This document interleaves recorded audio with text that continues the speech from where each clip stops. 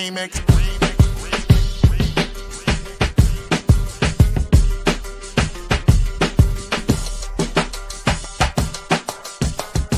Remix.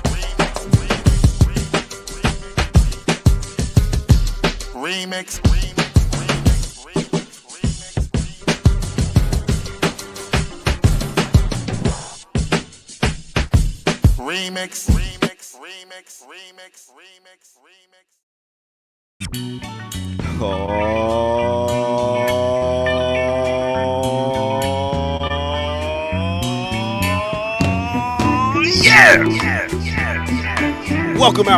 Welcome out. This is the Remix Morning Show. Right here on Black Liberation Media, in case you didn't know, I go by the name of the Ear Doctor. We came here to bring you that boom bap breakfast. But not just me, we talk about us. So get on the bus with who? We talk about Jackie Lukman and Burn It Down, Kim Bragg.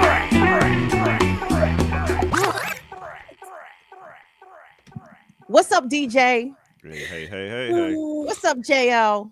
Hey. What's up, remixes? Air Doctor, you got to tell us, what was the sample? Y'all got to tell us in the chat room what that was. But I'll tell you the name of the song. Y'all tell me the artist. Hung Up on My Baby. Whoo. Mm-hmm. It's Now you can tell us the hip hop sample. well, of course, the Ghetto Boys. My mind's playing tricks on me. Yes. One of the most famous guitar licks in rap music. Yes, but I don't know. I do not know the original. Isaac Hayes.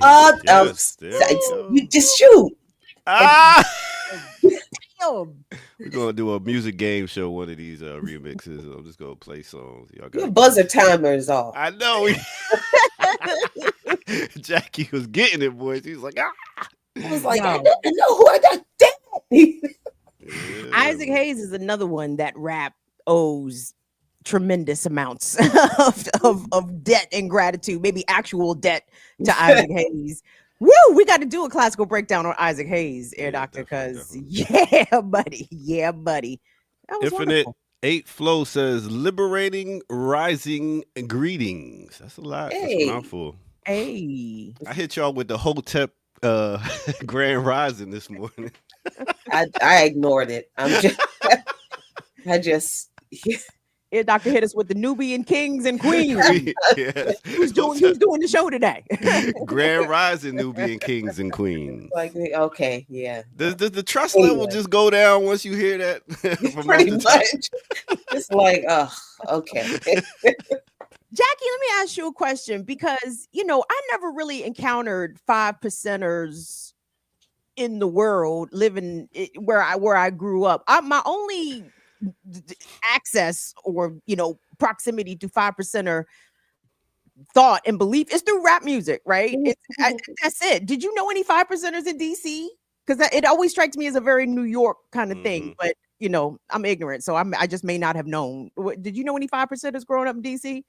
I think I probably did, but I say that looking back in retrospect, because at the time I didn't know what 5% was. So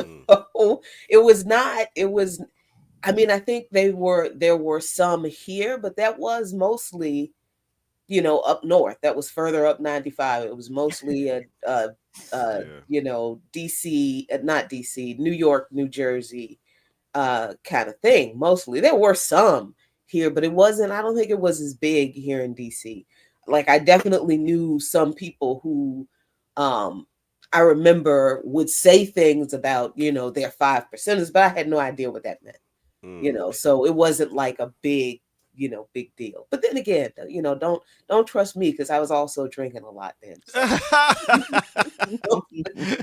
Peace, God, peace, earth, bodies. Right. Yo, it was big up in Jersey. I think my first introduction was like part of hip hop was what was it? Lakim Shabazz. He was from Jersey, a rapper, but then you had Big Daddy Kane, Rakim came through with a little bit of it, and then Poor Righteous Teachers being from Trenton. And what I used to see is the guys building in ciphers. So that was them all getting in the circle, talk about lessons. And if you didn't have your lessons right, you got a universal beat down. Yeah, if you ain't know your lessons and you stepped into the cipher, they would smack you up. Ain't that crazy? I But mean, Sound, that's not the kind of teaching plan I would. sound like the Crips. pretty much. And I just know you wasn't supposed to eat nothing with yellow 5 in it, no pork, and that was pretty much it. My brother became a guy. He was Magnificent Almighty God. That was his name. But yeah, it was all around, big time.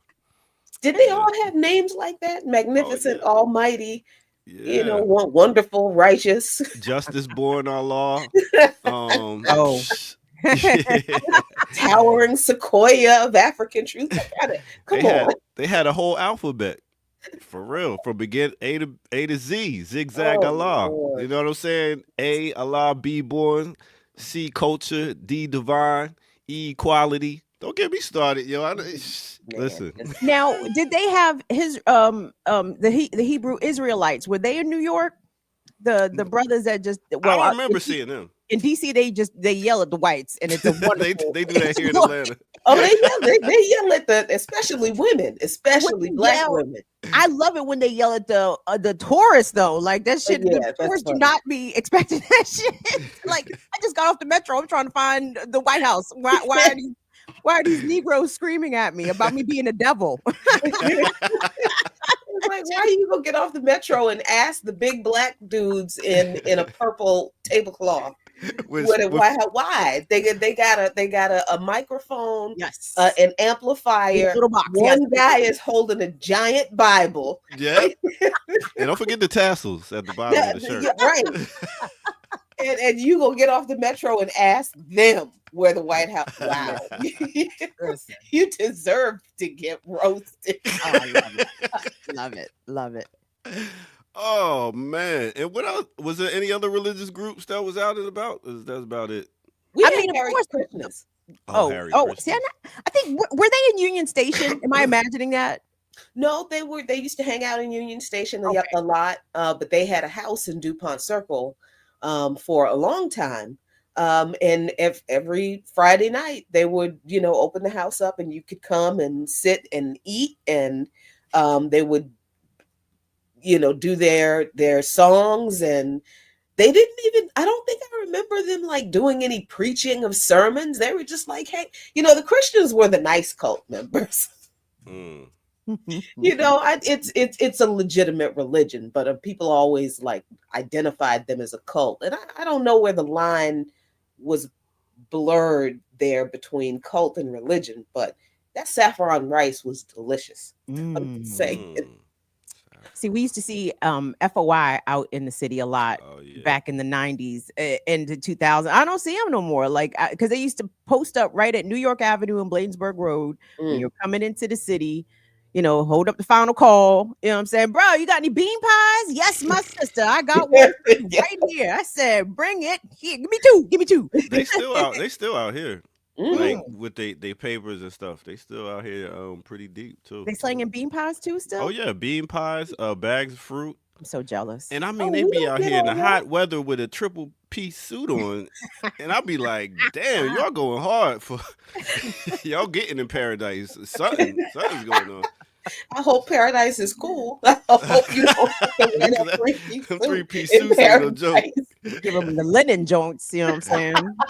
Hey, Brother Jamil said we deliver. Stop playing. Hey, Brother Jamil, stop playing. Brother Jamil. I will eat a case of bean pies alone. Man. Okay. Actually, at the Black Man Lab is we got some brothers that come at the end of the night and have their bean pies. And this brother tried to come with a whole pie instead of slicing. I was like, come on, man, stop! Ain't nobody spending $25 for no big ass pie right now. I need the little joint. I need the mini. Yeah, you just got. I was like, come on, you got to cut it up, man. $6. Word, man. It's good to see y'all. I'm glad y'all in good energy and everything. You know what I mean? Yeah, I think we got a good show. I think we had a little running joke about Cop Mala being about to go to the movies in Hollywood and stuff like that. It's a lot please to talk tell the about. story. Tell the story. Tell it. What? Because I mean, I don't know. I'm ready to boycott movies now. Ricky put it in the chat in our text. I might have to bring Ricky up and send her the link just so she can come and talk about it for a second if she got time. Shit. Is she doing the Real Housewives? Is she gonna? Which one of them? Let me calm down because I was about to call this black woman a name and let me. Yes, you was. Which one of these sisters? One of these fake sisters is on the. Is it Corinne Jean Pierre who's doing the Housewives of Potomac? Oh, I think it is her. Oh, Is man. Kamala trying to be on the Housewives of Oh Potomac? my God. I have never been so glad that I don't watch a show in my life. Because if I was really stuck on Housewives like that, and look, no disrespect to anybody who is, I'm just saying, do you know how my life would be absolutely ruined if I was watching my favorite show one day and up pops her? Just like, oh my, that's With a white chucking husband, the don't TV she? out the window. That's Listen, her white husband is the least of her problems. You know what I'm saying? Like the least of her faults. White husbands seem to be a thing now.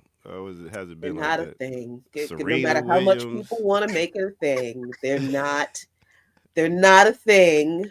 I named White one other person. spouses are not a big deal with black folks. I don't know why people still believe this, but if we did the inverse, doctor, if we were to be like, oh, white wives, that seems to be like a thing circa the past 35, 40 years for black men. Really? Nigga, please stop it. Don't play. Don't play games. Don't play games. I don't be seeing them like that. Nigga, you ever watch the NBA draft or the Oh, look at all these all these babies. I didn't know they got to marriage level. I just knew that they was, accompanying it. You crazy. You must be out your mind. Some of these black men was falling over themselves to try to wife a white woman. Listen, or a non-black woman. After this break, I sent Ricky the link if she gonna help us out with this whole Kamala thing. But let's go ahead and take our first break, and then we will bang you on the head with some news and all that stuff. Please. And right here on no other than, what's the name of the show? The Remix Morning Show. Nice.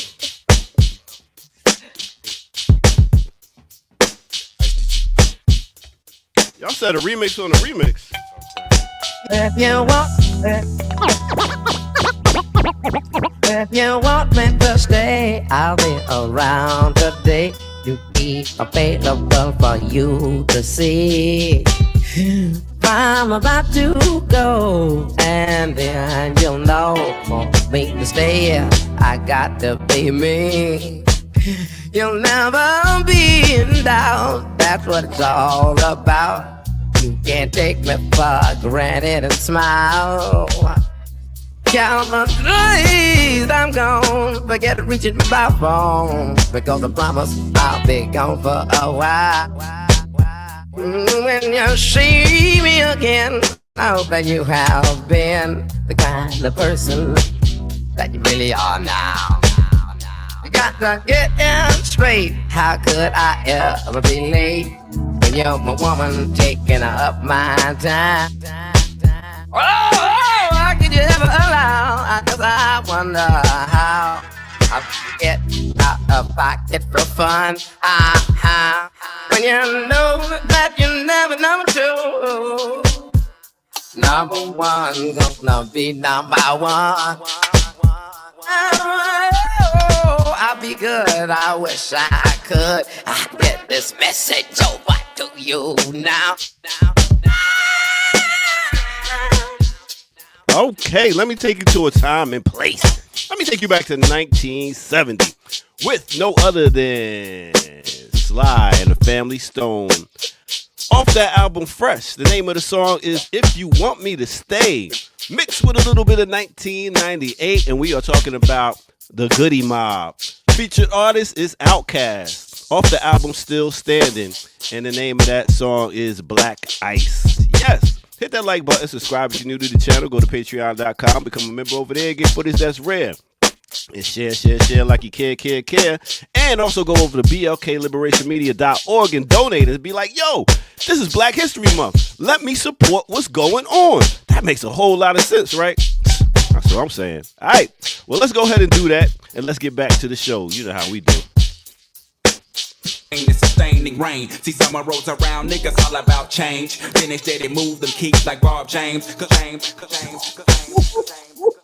Yeah. Ooh, all heat, all fire. That was beautiful. That was Thank tight. you. Have you guys seen the Sly doc on I ain't got Peacock? Hulu. I think. Oh, It's on Hulu. Hulu. Hulu. Yeah, I It's ain't on. got You watched it yet?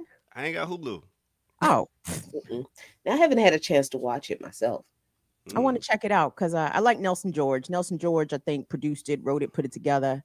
I find him credible as a music journalist, and I'm really interested to see what he put together because Sly is so he's an enigma. You know what I'm saying? I mean, he's very much still with us, but does not seek the limelight at all.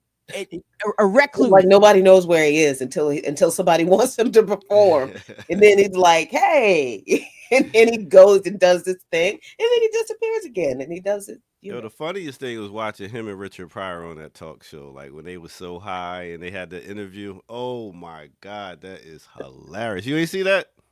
Oh, you gotta that see is it. funny. They was high as hell because they were both high as a kite and trying to pretend that they weren't high. Were they interviewing each other? It was they were having a very lovely conversation with each other. It was a white dude, and he was trying to keep it cool, and he was trying to interview, and then I said Rick James. Wow. Richard Pryor got on the floor and got in front of what's name while he was talking. It was just which white? Now I'm curious whose show this was. Which one? One of them white men's mics. I'll try to pull it up during the break. Was it Cavett? Dick? I don't know if it was Dick Cavett. I can't remember. Said I Michael can't remember Douglas. who the host Mike was. Douglas would be 60 Minutes, wouldn't it? If it was a Mike Douglas, I don't know. Well, I'll find it when we get on this break. Interesting. What happened to late night talk TV? Well, that's not my era, the Dick Cavett era and all that. But when I go back and look at some of those interviews, I'm like, wow, these are really deep and probative and, interesting and political. And you don't see those kinds of conversations on television at all anymore. Yeah. We had some pretty good late night. Arsenio was a good late night. I even like Monique had her little show for a minute. But do you know how long ago you're talking about, baby? Yeah, he ain't had nothing in a minute. No late night. I want to talk about DEI. How the fuck Jimmy Fallon still hosting the Tonight Show? I'm like the most unfunniest motherfucker ever. Like you are the worst Saturday Night Live cast member ever. And look at you. I mean, I don't understand how Saturday Night Live is still on the air. I honestly don't, because Saturday Night Live stopped being funny right around the time Eddie Murphy left. Oh wow! They just had their 50th anniversary. I know, and I'm like, who's still watching this shit? I watched part of the 3 hour, but I missed like the best part because of course they had Ed on early. And Eddie Murphy is still the god. Like Eddie Murphy is very much still Neo amongst a cast of regulars. Like Eddie Murphy's speed, his timing, like his improvisational skills. Even I don't know how old Eddie is. Regardless, he old, young, he's still the best I think to ever do it. I got to go back and look at his. Keontae Silly has the answer because nobody watches TV but old folks. That's accurate. That's accurate. It's me. I'm old folks. Yes. Keontae, thank you for seeing me. Keontae, I appreciate it. I do watch TV. True. I mean, because you got your late night whenever you want it on YouTube now. You can watch all these different podcasts, all black, and you can see the interviews. You don't have to watch it at a certain time now. I mean, yes and no. I mean, I think it's probably just a mixed bag all around. But some people are just not like. I think Nori, for example, gets great guests. I think he asks terrible questions, right? Because he's not a journalist. He's a fucking rapper. And not to say that rappers are incapable of asking good questions, but that's not their wheelhouse. I mean, and it's obvious. Getting drunk while you're doing it, I can see why. God, that's the other thing. Jesus. Let's see, a bunch of drunk men sitting around talking. Put me in the circle of hell. What circle of hell is that? The 5th, 6th? I don't know. It's terrible. I think it's the last 18 circles of hell. Word. So that's what it is. I'll let y'all go ahead and get to it. I'll let y'all next break. Peace. Appreciate you. Thank you so much. Dr. Jackie Lukemon in the building. Hey. Co-hosting with Kamafi. Messed up lighting in here. Every time I move stuff around, I got to fight with this damn lighting. Yeah.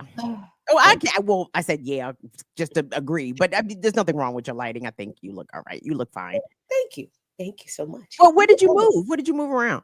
I moved my desk in front of the window so that I am facing the window. So that's why what you see behind me, because my desk used to be on this wall, and you would see this wall of art and stuff behind me. And now that's why you don't, because my desk is now moved over here in front of the window, and that's the door to the office. So you can see DOGE. So you can see DOGE coming down the block. So pretty much through the woods, because this is the back. So I get to, and I love the woods because there are always critters out here. There are always deer. Every once in a while, we'll see a couple of foxes. There's some wild turkeys running around that haven't. It's cold, so they're not going to come out until it's a little bit warmer. But always cats, deer, fox, possums in the back, all kinds of little unidentified round things. I think he was a what are they called? Badger. He was too small to be a beaver, and he wasn't all completely brown.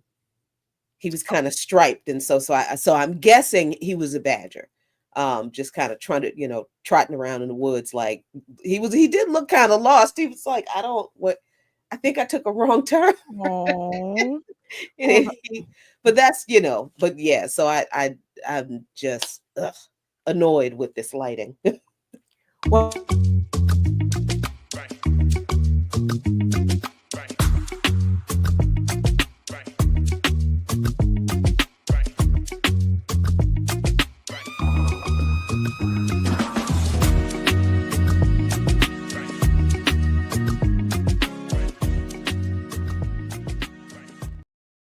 I gotta say, Ear Doctor, that's mannish. That's very mannish. That's very mannish. Mannish behavior. MANNISH. Mannish behavior. Because I was on the inhale and on my exhale, I was about to say, let's kick it to the news. But Ear Doctor, my finger slipped. Couldn't wait 2 seconds for me to inhale, exhale, and speak words. That's okay. No worries. It's all right. Today, y'all, welcome remixers. It's Black Liberation Media. Today is Thursday, February the 20th. It's the Remix Morning Show. KBJLED.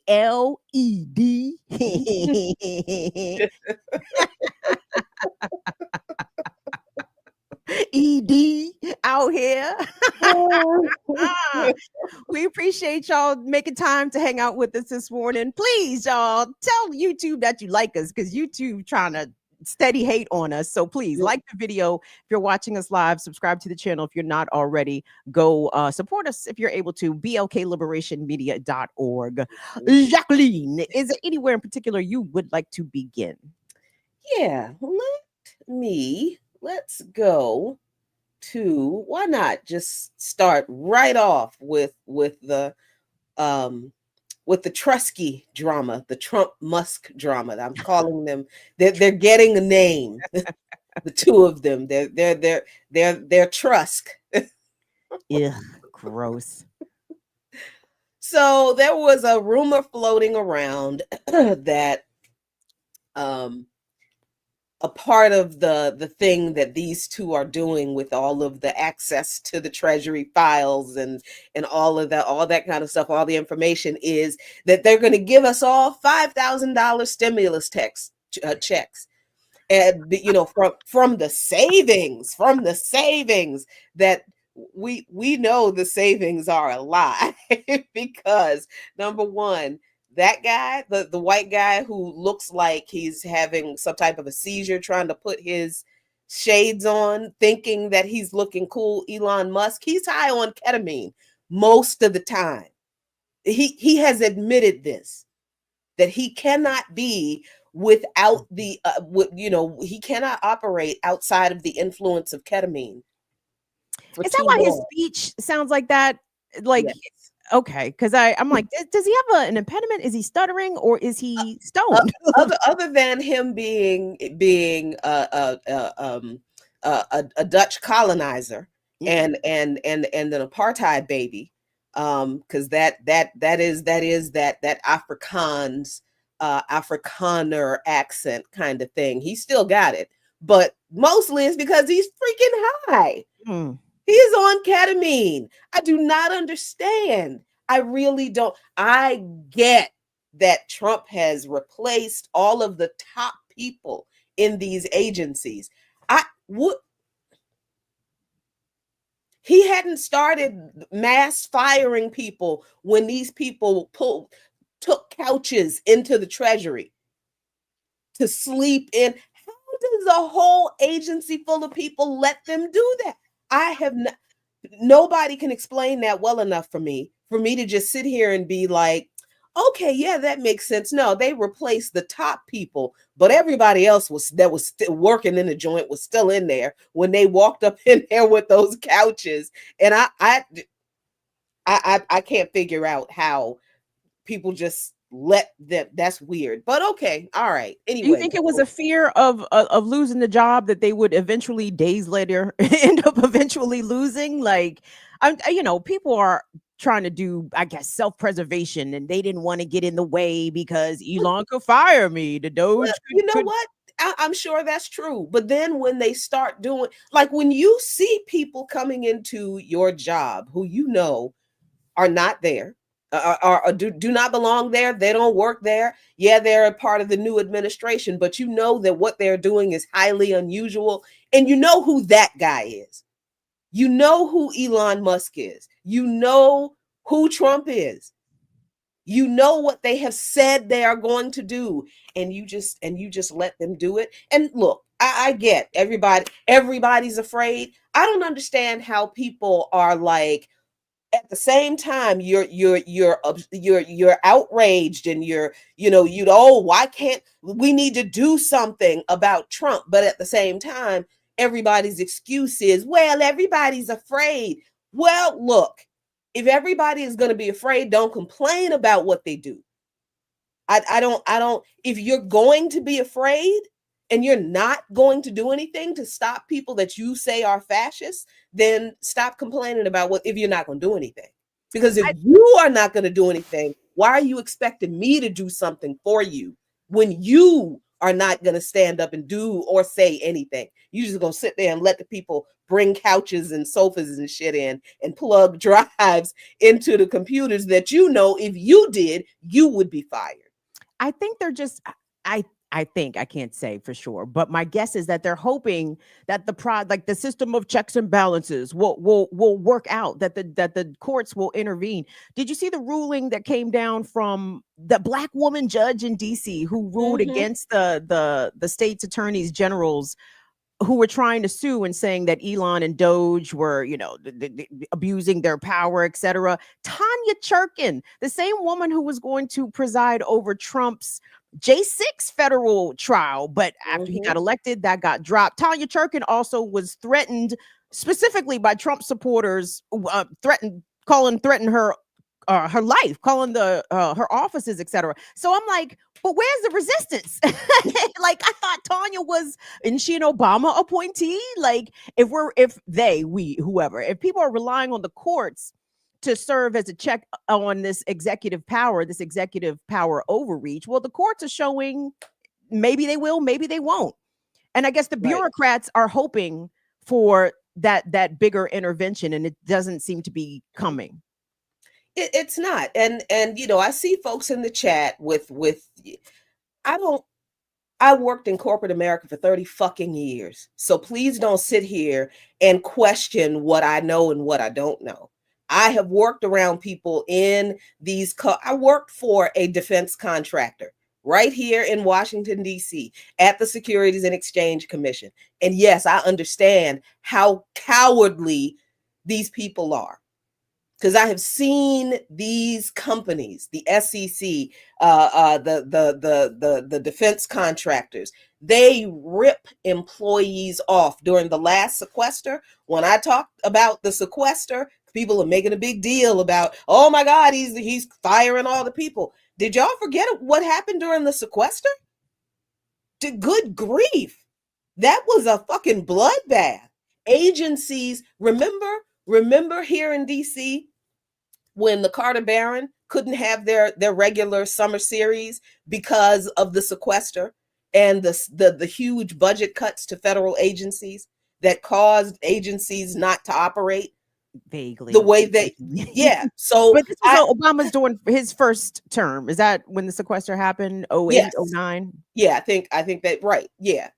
So and then that, you know, there were plenty of rifts and layoffs and shutdowns before that. So listen, please stop. Y'all, please stop acting as if I live in a bubble.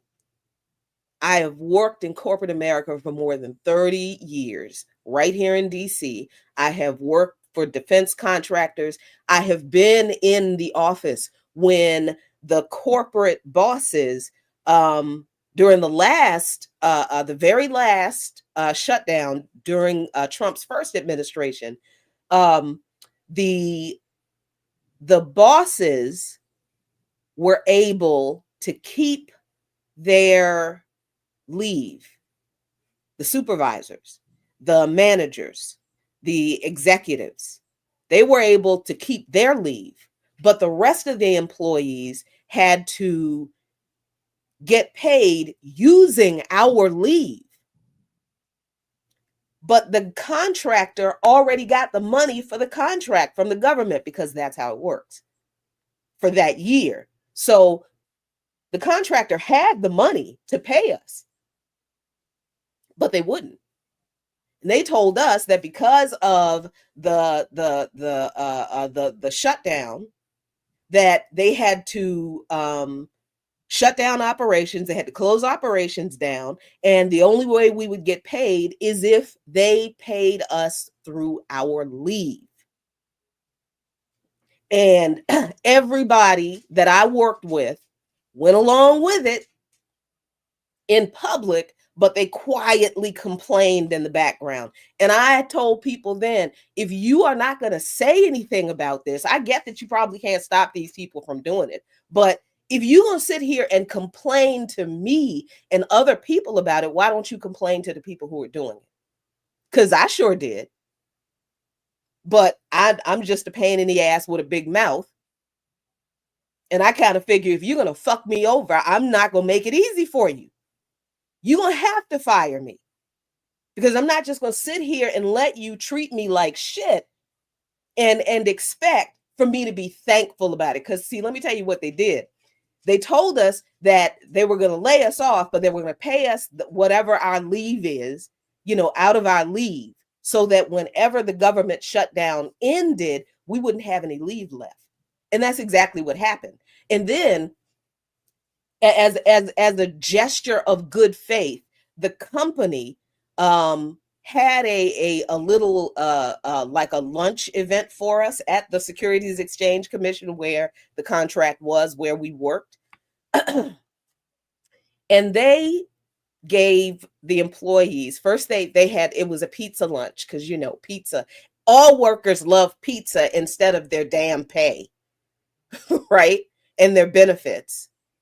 But then these people gave us care packages of paper towels, toilet paper, tissue, what was it, 2 jars of spaghetti sauce, a box of spaghetti, and something else in the little care. This is what the company that we worked for did to us, the workers.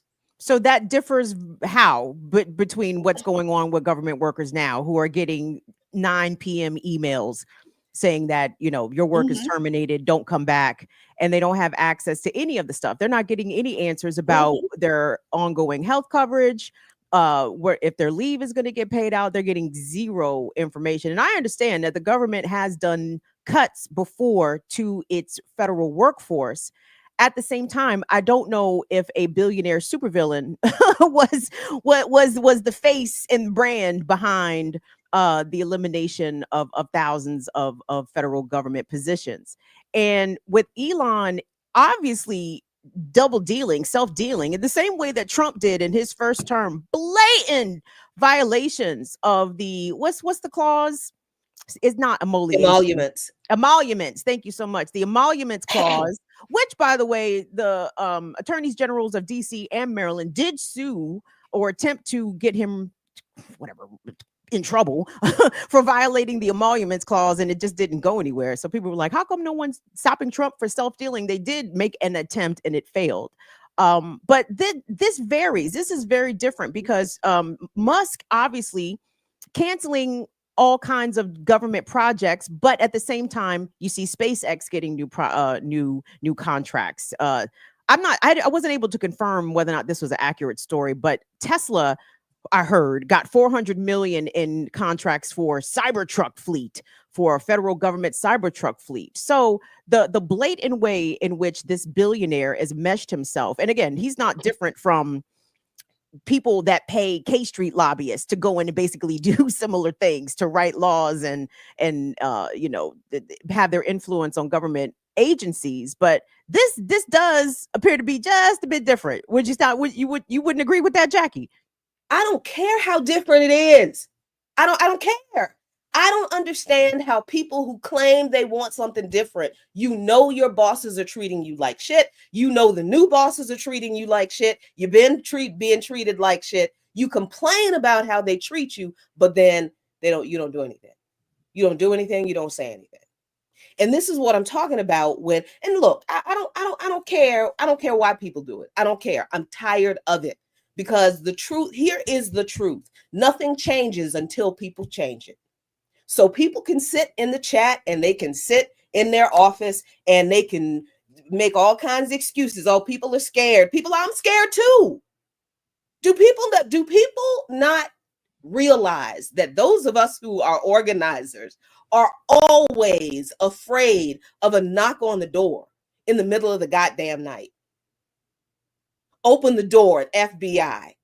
That is not unreasonable, because it just happened to our comrades under the Biden administration. It just happened to people we know. People we know. Our brother Ant Smith down in Philadelphia just got out of prison for, being made an example of for something he didn't do down in Philadelphia. All these people in Atlanta, 60 protesters, charged with federal RICO charges. These people could go to prison for decades. Tortuguita getting shot to death, protesting, trying to protect the forest. Do people not understand how afraid we always are? Because every day we're going down to the encampments at GW, to the students at Howard, and we are watching the administration call the police to come and drag these kids off campus. So we're watching the repression happen, and we're just like, man, the people, where are the rest of the people? So the people are afraid. I get it. Yeah, people need to keep their jobs. Do people forget that I got fired? Do people not get that we organizers, we have a hard time finding a job, especially now, if we've done pro-Palestine work. We have to, those of us who have a job, we have to be really, really careful not to talk about our organizing at work if we're working in like a corporate or a federal government setting. Because we got to pay our rent and our mortgage too. I don't have a job. I'm not sure I'm going to get another job. I'm on disability. I don't know how long that's going to last. What these people could do could, in fact, imperil me. So look, I get it. I understand. I'm not sitting here talking out of my ass like I don't understand that people are afraid. I am just really wondering at what point are people going to realize, fear or not, if I don't stand up and do something, nothing's going to get done. I don't, but these are the same people who sit around and, browbeat people over the head when it comes to voting every election. Well, if you don't want this to happen, you need to vote for the people who are facilitating genocide. I think that folks are coming to a slow realization. First of all, we know that people in this country do not have a in-depth political awareness, or even a superficial political awareness beyond Democrat and Republican. So creeping fascism, or it's imminent, pending, not even pending, here fascism is something that I think folks are in shock, honestly. And I know we don't have time to be in shock. It's time to stand up and fight. The problem is, I think some of these government workers, a lot of them, didn't see themselves as those that would be targets, right? They figure that, hey, if I'm keeping my head down, I'm doing what I'm supposed to do, I went to school, I got this degree, that degree, I got this experience, that experience, so long as I do what I'm supposed to do, I should be all right. And now they're realizing that they're not all right, right?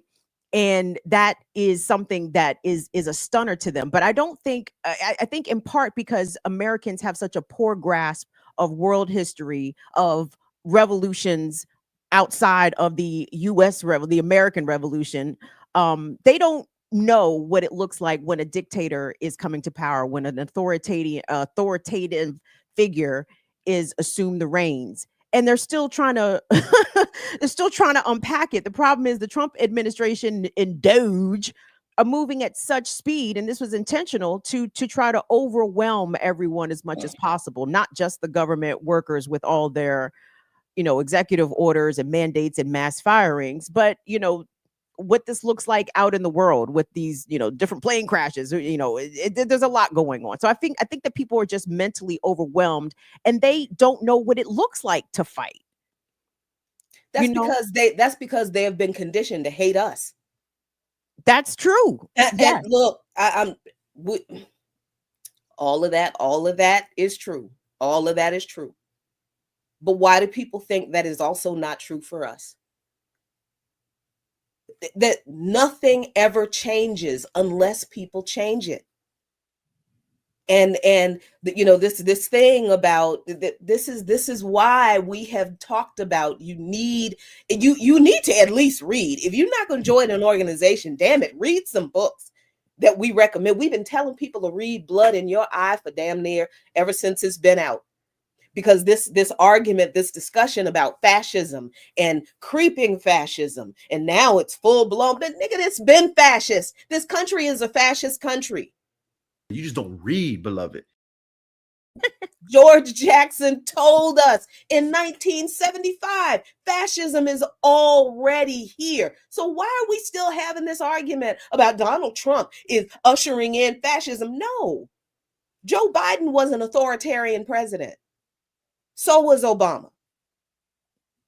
How do I know? Because what did they do with the police state when we got in the streets and protested and raised issues about oppression? What did they do? They acted like fascists do. So everything that people are afraid of, we've been telling people this is coming. This is being done. This is happening right now. This is what the Democrats are doing. And if you think they are your friends, they are not, because what's going to happen is they're going to lose the next election. The Republicans are going to come in and they're just going to pick up on what the Democrats were doing, because the Democrats are just continuing what Trump did. And Biden was just continuing what Bush did. Clinton was just continuing what Reagan did. This is how it works. And we have been telling people this. And now that what we said was going to happen is happening, now we're just supposed to be like, well, yeah, people are afraid. No, now is the time for you to organize. I get you afraid. I get it. And I know you're like, oh, Jackie, you don't have any sympathy. Sure I do. I don't want any of this to happen to anybody. I don't want to not get my disability benefits, because then I can't pay my mortgage. I can't pay my bills. I can't feed myself. So I understand this is what a lot of people are afraid of. I get it. But that's why you fight. That's why you fight. We're not at a point in the history of this country anymore where we can let people off the hook for not fighting what they say they believe in. That's just where I am. I don't know where anybody else is, but is millions of federal employees. And I get that, they're just regular people. They're not organizers. I get they're very afraid. They didn't think it would happen to them if they would just, I'm just going to keep my head down and do what I got to do to keep this job. How'd that work out in Germany? Why are people believing that it's going to work here with these people? I'm sure people thought the same thing in South Africa against apartheid. If I just do what these people say and keep my head down, they ain't gonna kill me. Can I ask a question? So do y'all think this whole buyout, what is it, $5,000 stimulus? That's what they're talking about giving everybody? I don't know. Is it true? Is it? I don't. Where's the source? Yeah, I don't know if it's true. It is a proposal. Musk has said that he will check with Trump about a proposal to send people rebate checks. Rebates from what though? They have any. Is that like, do we as a people boycott it like they do, talking about doing Amazon and Target? If they send the money, you like, nah, I ain't taking your check. What is you Look, crazy? Listen here. If it's true, that's my money. Let's be clear, okay? If they sending me a check, that shit I already paid. So yes, y'all can run me back all mines. Thank you. I will run it right to the bank as soon as I will get in the car, even if I'm in my bathrobe and my slippers, take it to the bank, like hurry up and cash it before a judge comes back and says that this is illegal. Go. If I'll believe it when I see it. I don't believe it. I don't, and that's because these people are liars. It doesn't sound like this proposal came from them. Or unless, Elon Musk is just that high that he forgot that I don't know where the proposal came from. Because of who they are and what they're doing and their track record, I don't believe it. I don't believe it. I'll believe it when I see it. And then even when that check comes in the mail, I'm going to be like, whole way to the bank. I don't know. But I'm cashing the check. I'm cashing it if they send it. Yes, I am. I mean, Joe Biden left office owing everybody several $100s in unpaid stimulus. Huh? How messed up would that be? If we couldn't get that, what was it? The $600 left from that. Yeah. We couldn't get that $600 from that $2,000 balance from Biden. How fucked up would it be that Trump and Musk would be the ones to come and get? Oh my God, that would be. Oh, can I say this though? These two people, Trump and Musk, may not be long for this earth, because I was watching, oh God, don't ask me why, but I think they were on Hannity. I don't know what the fuck, it was something awful. I'm like, why am I watching this? But Trump it was a press conference yesterday, and he started going in about the Pentagon. He started going in about the Pentagon. Yeah. And the USS Gerald Ford, it was supposed to be $4 billion and it's $18 billion. I got it down to $15 billion. And it's like, nigga, keep pissing off the military, because they said Hegseth is talking about cutting a bunch of folks. And I said, you are going to piss off these shooters. you are pissing off the trained marksmen, the snipers, Tommy Crooks. 12 years old in Britain, wherever it was in Pennsylvania, was millimeters away from changing the world. And now you want to piss. Don't get me wrong. Of any cuts, yes, cut the fucking Pentagon. Yes. Cut it down to the fucking bone. Cut it all. I don't give a goddamn about the Pentagon. But we know there are other forces at play when you talk about messing with defense spending. And I'm like, ooh, good. Keep talking about cutting the defense, because someone's gonna take a shot. I mean, I don't want people to get the wrong idea. Like I don't care about people's. I understand. I just really wonder, how long are people just going to be afraid? I don't know. I don't understand. I don't recognize these Africans. Okay. I don't recognize these. Where did some of y'all come from?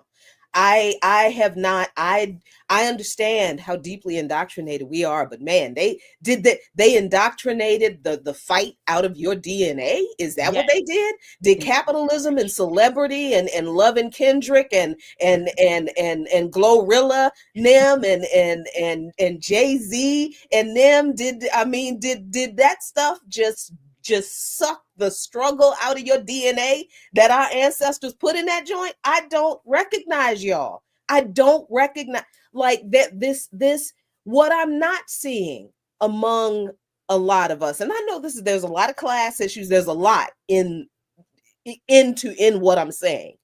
But like I understand there is a lot that contributes to what is going on with us. This uncharacteristic at this level refusal to resist in any way, just this overwhelming fear. If look, because I get it, we've been through so much and we would like to be left alone. Well, that's not how it works. That is not how it works. And I don't recognize the lack of fight in so many of our people. And I understand that everybody has not been involved in the struggle throughout the entire history of the struggle, but I don't think I've ever seen this many docile Black folks who are just like, well, what can I do?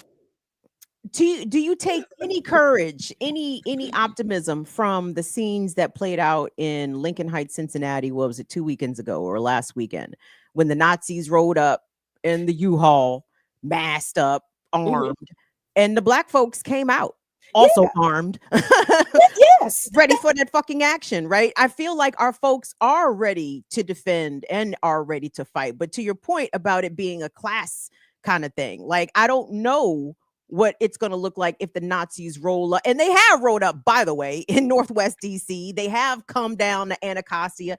I don't, you know what I'm saying? I'm not sure what people are prepared to do when it is put in their faces like that. But I will shout out to the people of Lincoln Heights and Cincinnati. They was about that action. And I think that most Black communities would respond in a similar way. But I think it has to be that kind of fight for people to get it. It has to be in their face in that way. Like there's a Nazi in our fucking neighborhood wearing a swastika t-shirt. You know what I'm saying? Like go confront him. But well, I think that was good, but there have been instances of these right-wing white groups who weren't necessarily Nazis, but aligned with Trump from before. Remember when the white folks went to Baltimore? Remember when Trump was saying in his first administration, oh God, I was Baltimore was a shithole, and it was overrun with rats, and it was all this kind of stuff. So this group of white people who were Trump supporters showed up in Baltimore, in West Baltimore, just rolled up in pickup trucks, talking about we gonna go and clean up the neighborhoods in Baltimore because Trump said the Negroes in Baltimore were filthy and just were lazy and fit. So what happened? Nothing except for Eddie Conway, my mentor and comrade. Eddie Conway saw them out of his window, that man minding his business, making his coffee, look out his window at 2-3 pickup trucks full of white folks that ain't never been in that neighborhood. He was the only person who, because he grabs his microphone, grabs his what do you call it, the audio pack for the battery and the microphone and whatnot, grabs it and goes to interview them, ask them, why are you here? Who are you? What are you doing in this neighborhood? Are you lost? Everybody else in the neighborhood just kind of like, and that's kind of the thing that I get. We're welcoming. We've been through hell. We don't want to give people the hell that we've been through, but I have seen that kind of stuff too often where we're way too welcoming. Now, what happened in Ohio, that is what should happen. But we have seen incidences where the Klan, the neo-Nazis, the right-wing groups have shown up in a Black neighborhood somewhere. And what do folks do? Oh, well, we're not going to hurt them. No, get the fuck out of our neighborhood. Who are you? Go protest. Go take your shit uptown to the white people's neighborhood. Don't come in here with this shit. And too often we just kind of. So I am really looking at the difference in the way I have seen our people respond to threats and oppression before, and I'm looking at the way we're responding now. And I understand it's different times. There's been a whole lot of indoctrination between then and now, but damn. Hey, they say about Harriet Tubman would have freed more slaves if they knew they were slaves. I mean, I don't think like nobody didn't know they was a slave. Well, the point I'm getting at.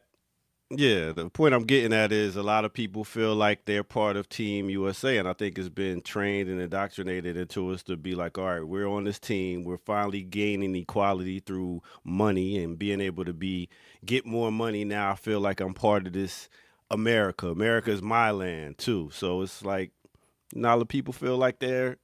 But a lot of folks, like during the civil rights movement, felt that way. There were a lot of very patriotic Black people marching, right? That, you know, they wanted America to live up to its creed. Well, impossible.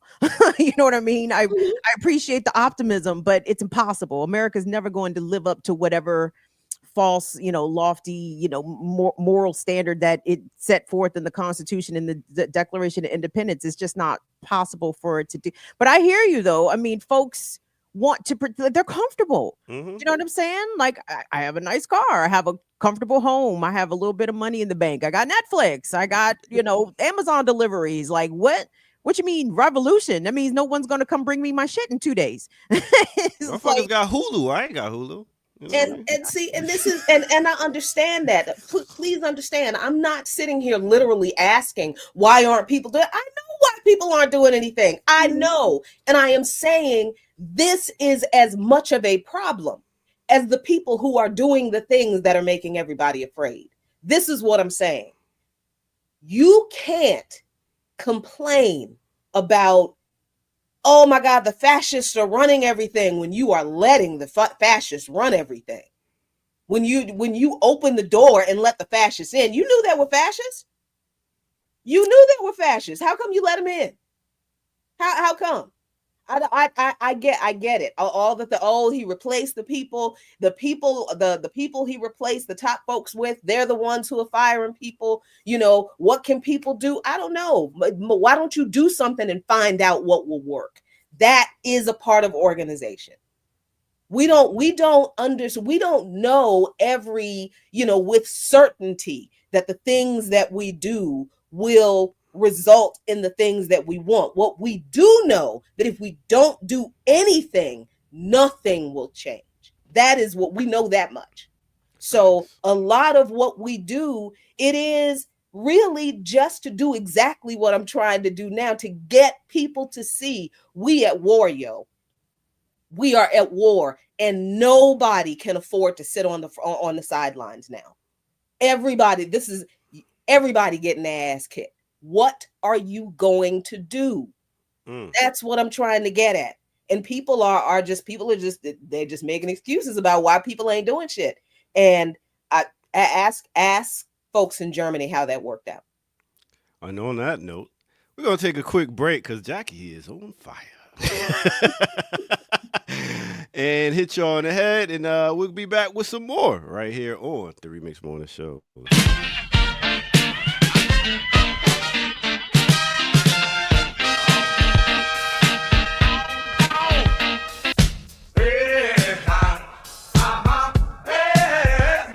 She's on fire. Woo, Lord. What's good, everybody? How y'all doing out here on this beautiful, what day is it? Thursday? Yeah, it's Thursday, February 20th. And we are rocking out here on Black Liberation Media. And what I wanted to let y'all know is if y'all stick around at 11 o'clock, you can catch me and Kim Brown laying it down or breaking it down on Classical Breakdown Music 101 with the Ohio Players. Now, let me tell you a little bit about this group right here, the Ohio Players. Now, coming straight out of no other than Dayton, Ohio. They was big in the 70s. They had big songs like Fire, Love Roller Coaster, Funky Worm, Skin Tight. You know what I'm saying? And they had these album covers that was wow, like half naked people on the album covers. And they got gold certifications for doing these albums. And they was also in 2013 inducted into the R&B Music Hall of Fame in Cleveland State University. So they first got together back in 1959, and one of their lead members was Robert Ward, and they was rocking out, backing up groups for like the Falcons and stuff like that. But you know, with bands, they never stick together. Robert Ward would be on stage rocking out and just leave the stage because he wasn't messing with them. So they finally got rid of him. This band changed more times than Diana Ross at a show. You know what I mean? So they finally got it all together, started working with different groups and bands like what was it, my man George Clinton and stuff like that.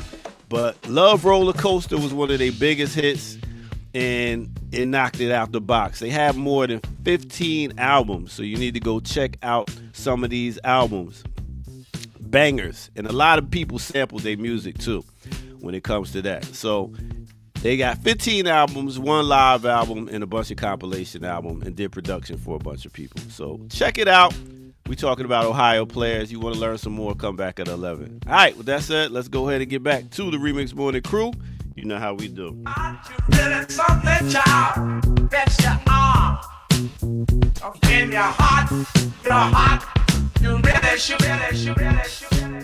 Really shoot your shot. Mm-hmm. Really Hey, doctor, why you giving away the goods all early? For the people that want to know, I gave them a little bit of information. This is what I do. I give them a little bit of information, and then they be like, "Oh, word, let me come and check it out." Then it's like a promo to the show. Why did he get all Ivy League sounding at the for a minute? That this is what I do. What, really? I mean. And it looked like your uncle was part of the Ohio players, the light-skinned wow. dude with the fro and the chest open, chest to the sky. I said, I ain't saying nothing about your Donnie Hathaway hat. But we go. Shake your hand. You know what I'm saying? No, it's not. This ain't the Donnie Hathaway. Donnie had the plaid jump, the plaid. Oh, that's the Rudy from Fat Albert. You're right. My bad. Oh yeah, I would say that. Oh, Yes. my Lord. It is same color and everything, yo. Yes, All I right, will, cool. I will You take know. Rudy from Fat Albert. Yes, I will. Yes, I will. Hey, yo. So check this out, right? I found something. Boom. Check this out. All right, boom. Here we go. Oh, You know what happened though, man? No, what? I got in trouble on with my mother-in-law. You better leave me. All right, Richard. You better leave me alone, man. I got a partner backstage that hits so hard and fast. I told Ali to go win. He got fouled. I knew Ali was going to win. He got crazy on me on the show. I don't remember. I didn't see that show. I ain't cleaning up for you and Ali. I forgot about your memory. Yeah, that was quite a show. I'll never do that, man. You got to share it. Say, man. They gonna think something's Yo, they like- was. that is like- kites. Look like Elon in the Oval Office. You know what I'm saying? Okay.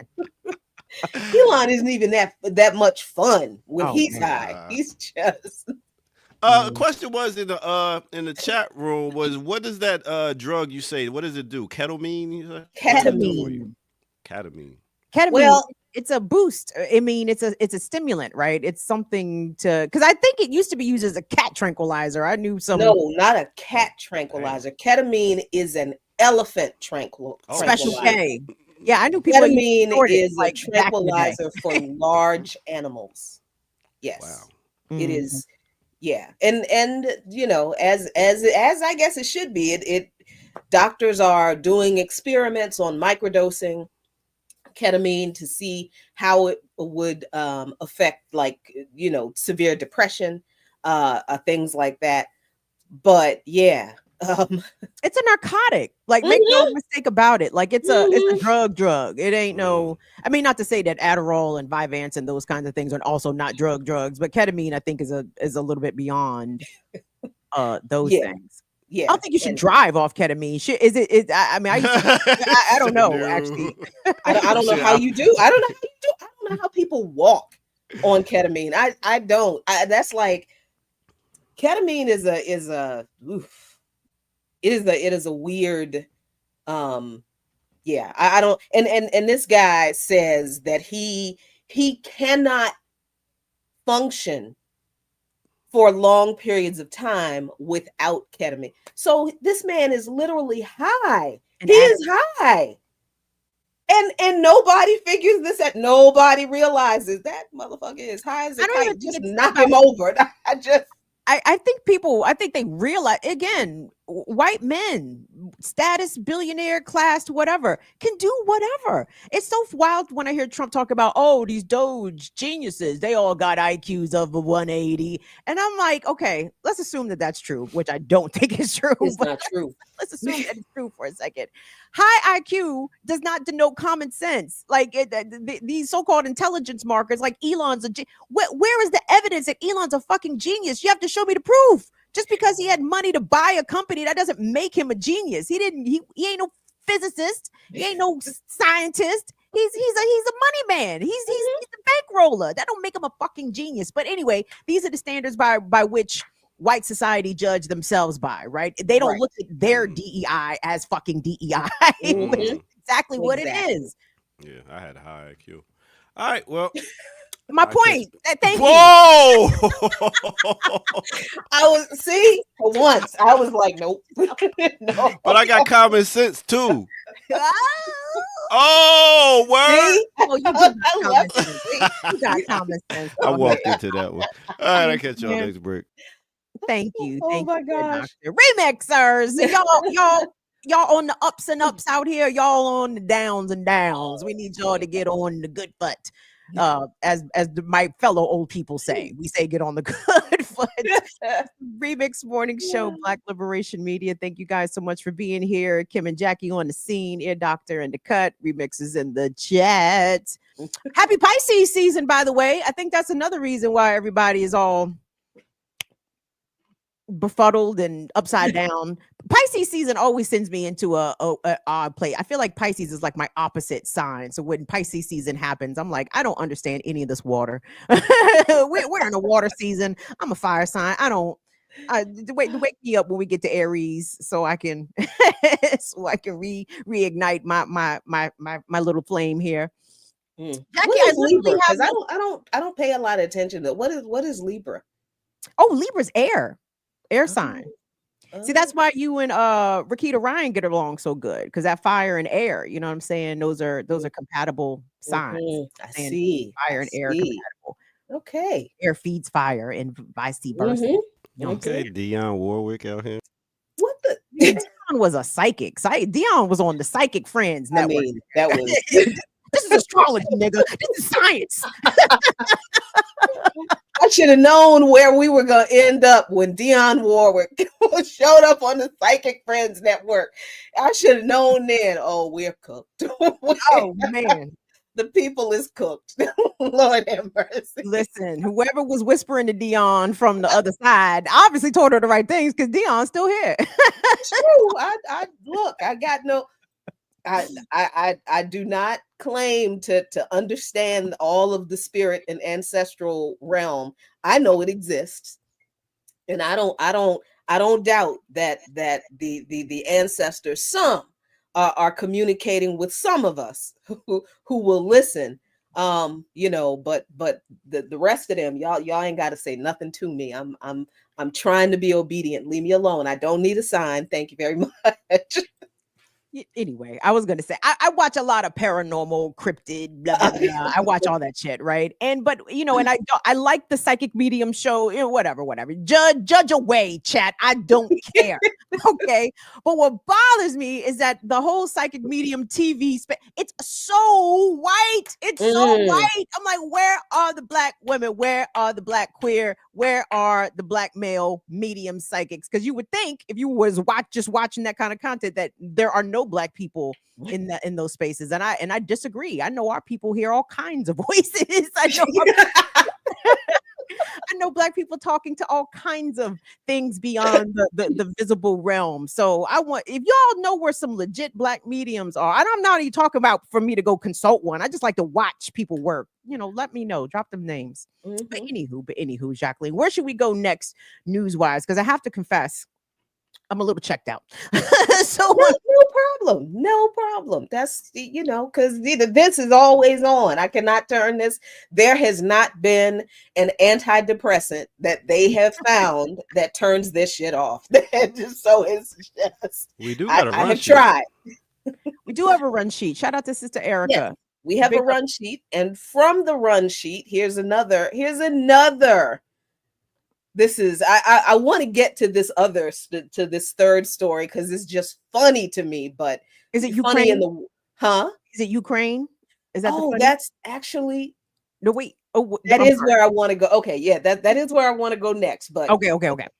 But this kind of thing is very interesting. So now, what is this? Vanity Fair, a publication I don't read. Sorry, I just don't. So reports that Trump's FBI is poised to focus counter-terror strategy on things like BLM and Antifa. Sir, I need you to pay attention to who was shooting at you last year, my nigga. I need you to pay attention to who the fuck was letting the chopper sing on your dome last year, my nigga. It wasn't BLM posted up on the Trump golf course overnight with the scope pointed through the bushes. They couldn't have got it. Yo, Trump, I love this. I don't love it, but you understand. Like, they're taking their eye off the ball. Trump is misunderstanding who his real enemies are. And okay, you can focus on Black Lives Matter, Antifa, all you want to, sir. Guess who's going to be letting the chopper sing on you? Them whites whose food stamps you cutting. But okay, carry on. I'm sorry, Jackie, I didn't mean to interrupt. I'm saying that's not untrue. Who was shooting at you last year, nigga? It was Black Lives Matter. It was La Casa. Who was shooting at you last year, sir? It was your own Antifa. Right. Please. Okay. So in all seriousness though, I hope you all know that Antifa is not a thing. It's not. Antifa is not an organization. There is no such thing as an Antifa. Oh, I thought their headquarters was right there on North Capitol Street, Jack. What are you talking about? The Antifa headquarters. I seen it.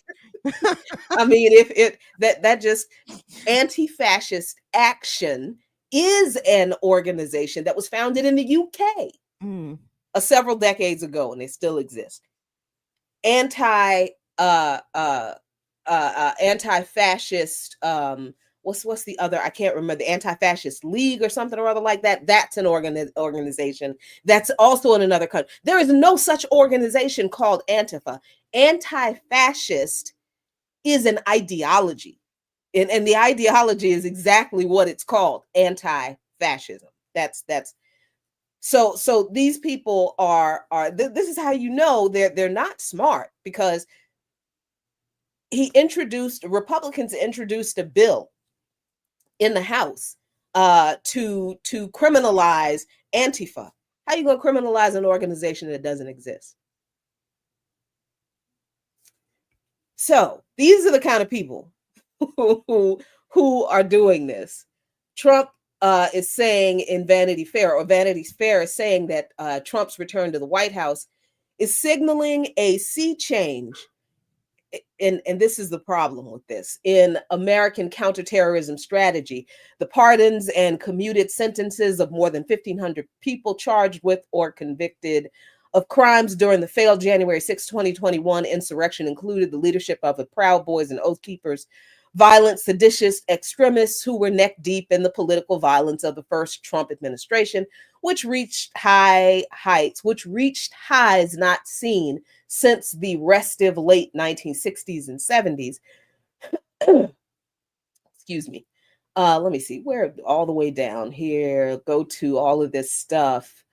After almost 20 years of obsessively focusing on Salafist jihadists in 2021, under the Biden administration, agencies including the Department of Justice, Federal Bureau of Investigation, and Department of Homeland Security began to attend to the spiking threat of violent far-right extremism. No, they fucking did not. When they say begin to respond, what was it? That little report, didn't Comey put out a report or said that far right wing extremist white nationalist ideology was the most important domestic threat to the country? And everyone was like, oh, well, the Biden administration was like, you don't say. Right. That's what the response was. It was like, oh, and that was it. So the government had a comprehensive strategy to combat domestic terrorism. No, it did not, which was promptly removed from the White House's webpage last month. In several conversations, current and former federal law enforcement officials expressed alarm about the current trajectory. I don't care what this person. Oh, no, here it is. The key is the Domestic Intelligence Operations Guide. If they change that, Trump's nominee for FBI Director, Kash Patel, will be able to shift domestic terrorism investigations away from the accelerationist and right-wing street fighters and toward things like BLM and Antifa, said a current FBI agent who spoke on condition of anonymity. The current FBI agent who's speaking on condition of anonymity is a damn liar. That's because that's just true. It is just true that the FBI has always focused its counterterrorism strategies on Black folks and leftists. How do we know this? Look at the way they responded to protests in the streets over the past 15 months against genocide. Look at the prosecution under the Biden administration of the African People's Socialist Party and the Uhuru movement. Look at the charging 60 protesters in Atlanta of federal RICO charges for protesting cutting down a forest to build a militarized police base in a working class and poor neighborhood. The FBI in this country has always existed to crush left dissent to U.S. militarism, imperialism, and domestic repression. That is all the FBI has ever done. So this idea, and let's not forget the designation of Black Lives Matter and Black protests and activists in general as Black identity extremists. James Comey, who got a fellowship at Howard University for a year after he would. Sorry. And the kids at Howard protested him, and the administrators at Howard called the pigs out on their own students who were trying to shut James Comey down. And then the bougie students from the bougie households were helping the police escort the students protesting James Comey. So be your own niggas every time. But per your point, Jackie, I mean, that Vanity Fair perspective is helps to illuminate the indoctrination that Americans are put under generally, that the FBI or federal law enforcement is here to stop terroristic threats, is here to do this, here to do that. They don't cite, reference, acknowledge the ways that the FBI was used and continue to be used against Black and brown communities, specifically left-wing political ideologies specifically. It doesn't even get brought up. It's not even mentioned in the article. No. I mean, I think they go on to talk about data on domestic terrorism investigations, all kinds of crap that does not accurately reflect the focus of the FBI and the U.S. government writ large on silencing dissent among people, or silencing people who dissent against U.S. government policy. That is what the FBI has always done. It's to crush real people's movements domestically. The FBI does domestically what the CIA does around the world. Mm-hmm. Right? That's how I wish people would understand the relationship the FBI has to people here. They're not here to protect us from anything. Mm-hmm. They exist to protect the government from us. They exist to protect the government from people telling everybody else in the country the government is lying. They're lying. They're stealing from you. They hate you. They're taking your tax dollars. They're killing people around the world. They could give you health care for all because, look, they're giving Israel $3 billion. What is it? $3 billion a year? And they get universal health care. Oh, they're giving Ukraine all this money. Mm-hmm. And to make sure that Ukraine's healthcare and their safety net is intact for their workers, but they're telling you can't. No, the FBI exists to shut us up. As much as Israel and Ukraine are reaping the U.S. taxpayer benefits, as does the federal law enforcement, the FBI in particular, under Biden. You know, they were trying to build the new FBI headquarters in Greenbelt, Maryland. I can't remember what the cost was. It was in the billions of dollars. So I was like, the FBI needs $10 billion more than Prince George's County actually needs $10 billion. Is that what we're to assume here?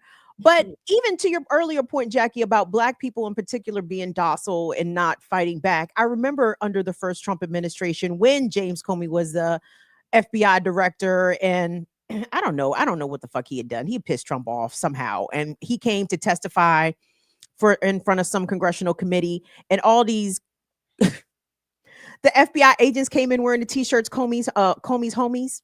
I don't know if you remember that. Yeah. And it was all the Al Sharpton types, all the Black Democrat MSNBC types. He talking about Trump. He's attacking the FBI.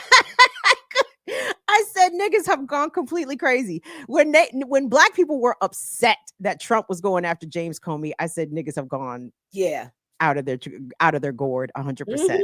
But that's the decoupling of the identity that Black people in this country have to have with the institutions of this country. Like, I don't want Kash Patel's FBI to target Black organizations, anti-fascist organizations, but that's not a new concept. That's not something that we have to prepare ourselves for, because it's something that's been ongoing and unbroken. But to point that out to our people that don't seem to get that, like they're going to be like, oh, well, now they're not going to be focused on the right-wing extremists to the extent that they ever were. Like we just have to keep waking the people up, because everybody is deeply asleep and still very much subscribe to this idea of American exceptionalism mythology, especially Black folks.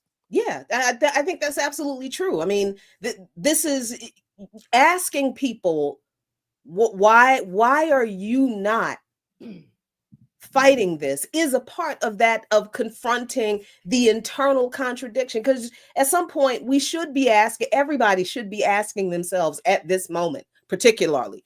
And now we should have been asking ourselves this many times before now, but particularly at this moment, if people are not asking themselves, what am I going to do about this? What can I do? Who can?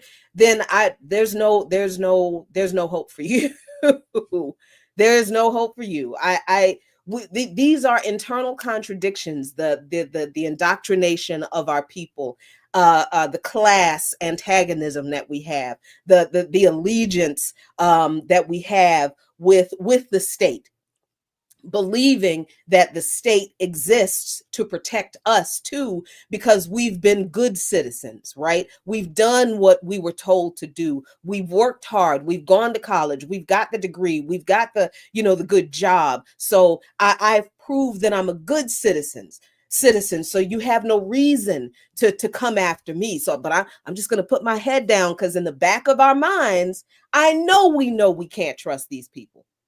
We know this, but we are really just hoping that maybe this time, if I just put my head down and they'll just skip over me, and it never works like that. Never ever works like that. It has not worked like that at any other time in any other country in history where this kind of thing has happened. Never. So a part of confronting this internal contradiction among our people, and that internal contradiction is the classism, it is the backward thinking, it is the alignment with neoliberalism, it is the support of the police state against working class and poor organizers who are also Black. Yeah, it's those are all internal contradictions that we have to confront our people in order to get them closer to consciousness. You cannot fix what is wrong unless you're honest about the fact that something is wrong with you. And that's what this is. Can I tell you real quick? So Angela Also Brooks, the former county executive in Prince George's County, who was elected to the Senate. So her county executive seat is open. It's a stacked race. Two of the front runners, even though one has dropped out. One of the front runners is PG County State's Attorney Aisha Braveboy. The other was Jolene Ivey. Is Jolene Ivey on the PG County Council, or is she a state representative? Anyway, Jolene Ivey dropped out. I don't know why, but she had a little bit of money behind her. So I'm saying all this to say, Jolene Ivey's commercial was, she was running a commercial, and part of her shtick was, you know, I made sure that the Prince George's County Police they were fully funded, right? Oh, I saw that commercial. Aisha Braveboy, state's attorney, right? Oh, you know, I'm working to keep crime down, and I'm like, God damn, like there are no. I said I'm not voting for either one of y'all because y'all are defending the police state. But it breaks my heart, Jacqueline. I can't stand to see Black people just go so hard for the police and for the police state. And shame on Aisha Braveboy in particular, because a killer cop murdered a Black man several. I know people the like latest killer one. Cop him, The latest Black man. I know, because there's a lot, but I'm talking specifically about the brother who was shot several times whilst handcuffed with his hands behind his back in the back of the car. Seat belted in the cop car. The man ended up shot 6 times, and Aisha Braveboy's office could not convict him. The cop walked free for the murder of a handcuffed Black man who was doing him and posing him no threat. So I don't. You gonna keep who safe? Keep who safe? Oh, you will keep the cops safe. Obviously, you're not gonna keep the people safe. So anyway, but it's just bad choices all around. So when we look to so-called, like, there is no credible or trusted Black leadership in the Black eliterati. No, eliterati. That's great. No one. We got no friends. Nobody. Because Aisha Braveboy gonna stick the police on people in Black in PG County. I mean, we get the same thing here in DC. We get ain't nobody on the city council. Say what you want about Tryon White. But that's the thing, you know, the Tryon ain't doing nothing that them white council members ain't doing. Okay, this is the thing. Was probably peanuts compared to what they get in kickbacks. This is the thing, and people thought that my neighbors hate me, and that's cool. I'm just, if anybody ever runs up on this neighborhood, I know these mugs are not gonna protect me. They're gonna be like, that go get that bitch right there. Be careful, she got a big dog. But what was I about to say? About Tryon White. White. So Tryon, mentored by Marion Barry, which was, you know, great. Trayon's a little dude. Tryon is literally shorter than me. He is a little tiny. Really? Yeah, Tryon is a very small dude. Oh, he got them locks. Them locks make him look tall. His locks are as big as he is. He's a very small. He's a little guy. He's a very. I've never seen him up person. Very nice, very soft-spoken young brother. You know, very, very much a product of an eviscerated public schools. Mm. So, but very sincere, really sincere in wanting to do some really good things for Southeast DC, for Ward 8. Ward 7 and 8 are the areas in DC with the highest concentration of Black folks left in the city. Remaining. Yes. And mostly it's working class and poor Black folks over here, right? So so he was working on getting solidifying some contracts to build more recreation centers, because all the recreation centers are gone, shut down, and have been for decades in DC.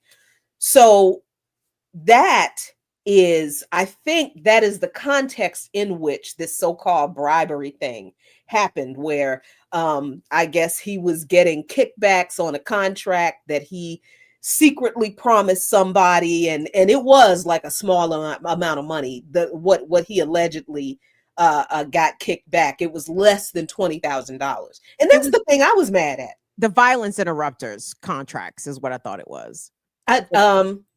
It was them, but it was also with some company that was going to do some, like, either construction or consultation or whatever on one of the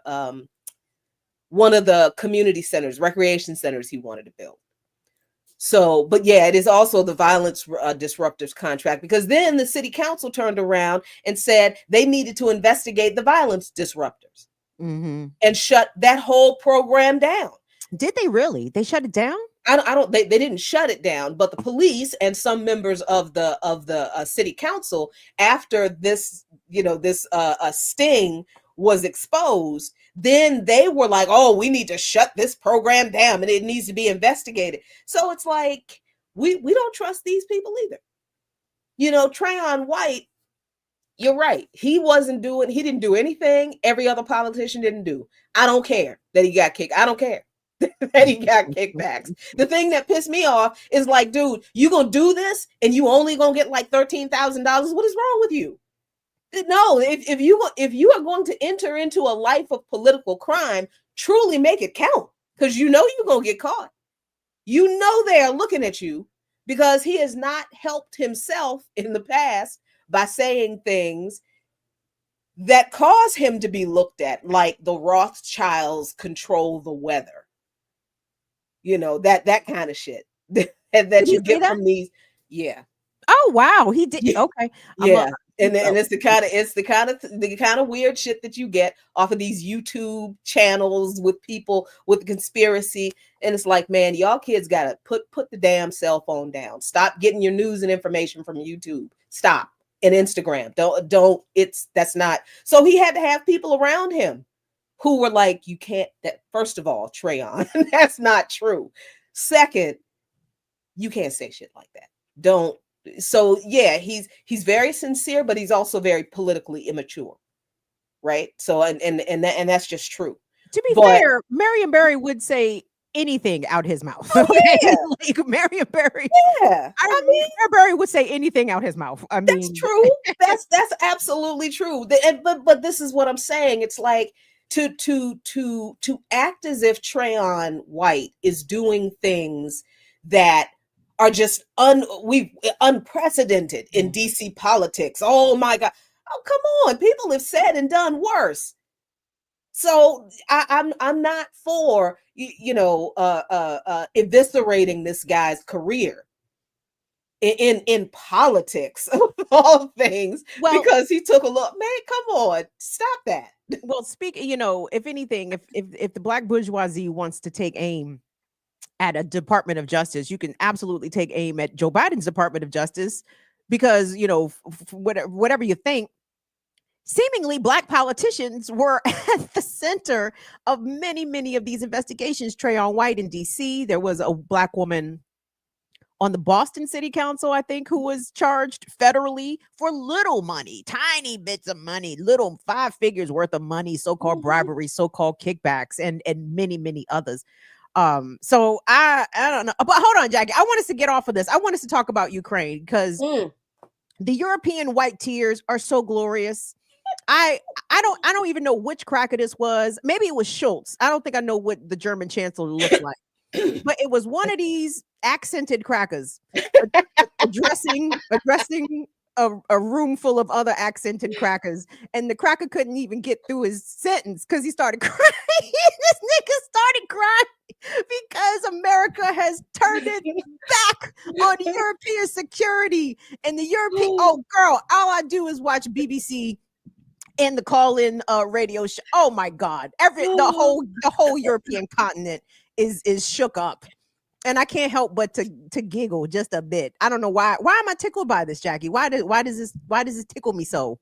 I mean, because for how long has it been that we have had to put up with this fascist piece of craps? And stop telling me he can't be a fascist because he's a Jew. Who? Schultz? No, Zelensky. Oh, Zelensky. Of course he's a fucking fascist. People have literally said repeatedly, how can you call him a fascist? He's Jewish. Netanyahu is a fascist. Is he Jewish? What are you talking? I'm confused. What? This is the level of willful ignorance that you deal with when you try to talk to people and explain foreign policy to them.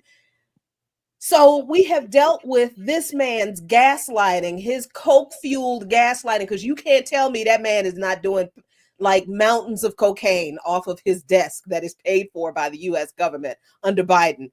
We have dealt with this man's years of gaslighting being propped up by the U.S., the EU, and NATO after he inherited and continued a civil war against ethnic Russians in the eastern region of Ukraine, willingly continued to go along with being used by the US, EU, and NATO to destroy Russia, should have minded their business, but nope, wanted to be a part, wanted to be the US's ass buddy, and was hoping for the rewards, which was all the money and all of the weapons from the US, but didn't think far enough ahead about the way all US puppets end up when the US is done with them.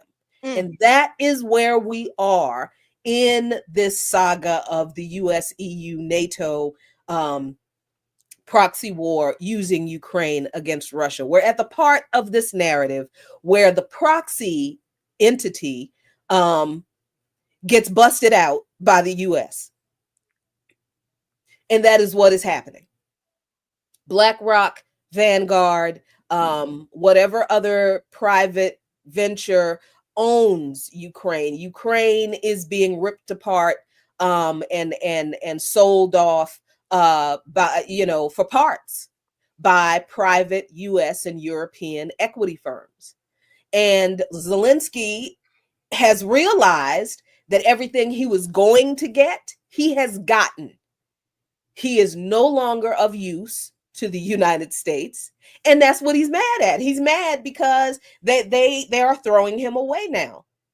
And like a typical European, he thought that he was special and that his relationship with the US would be different from every other puppet's relationship with the US.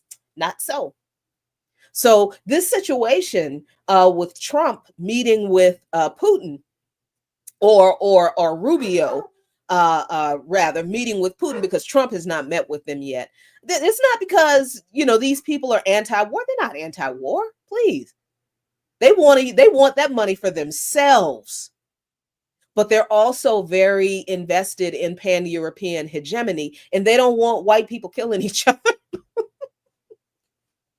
But the whites and for Trump in particular, go ahead. No, the whites in particular. I mean, and maybe this is just hysterical propaganda that's coming out of the fellow NATO nations post Trump making this, announcement declaration that the war is going to be over. Ukraine's not going to be at the table. Europe's not going to be at the table to negotiate the end of the Russian war. But I'm sorry.